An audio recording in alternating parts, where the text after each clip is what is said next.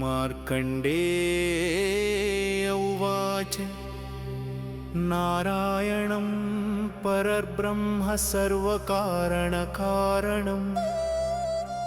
प्रपद्ये वेङ्कटेशाख्यं तदेव कवचं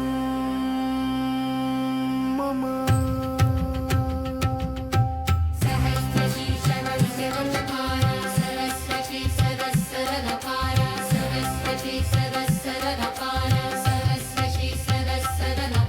सहस्रशीर्षा पुरुषो वेङ्कटेशः शिरोऽहवतु प्राणेश प्राणनिलयः प्राणान् रक्षतु मे हरि।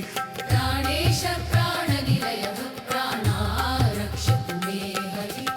आकसराट् सुतानाधात्मानं मे सदावतु देवदेवोत्तमोपायात् देहं मे वेङ्कटेश्वर।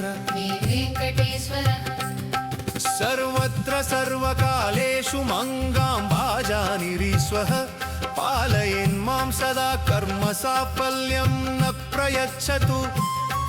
एतद्वज्रकवचमभेद्यं वेङ्कटेशितुः सायं प्रातः पठेन् नित्यं मृत्युं तरति निर्भय।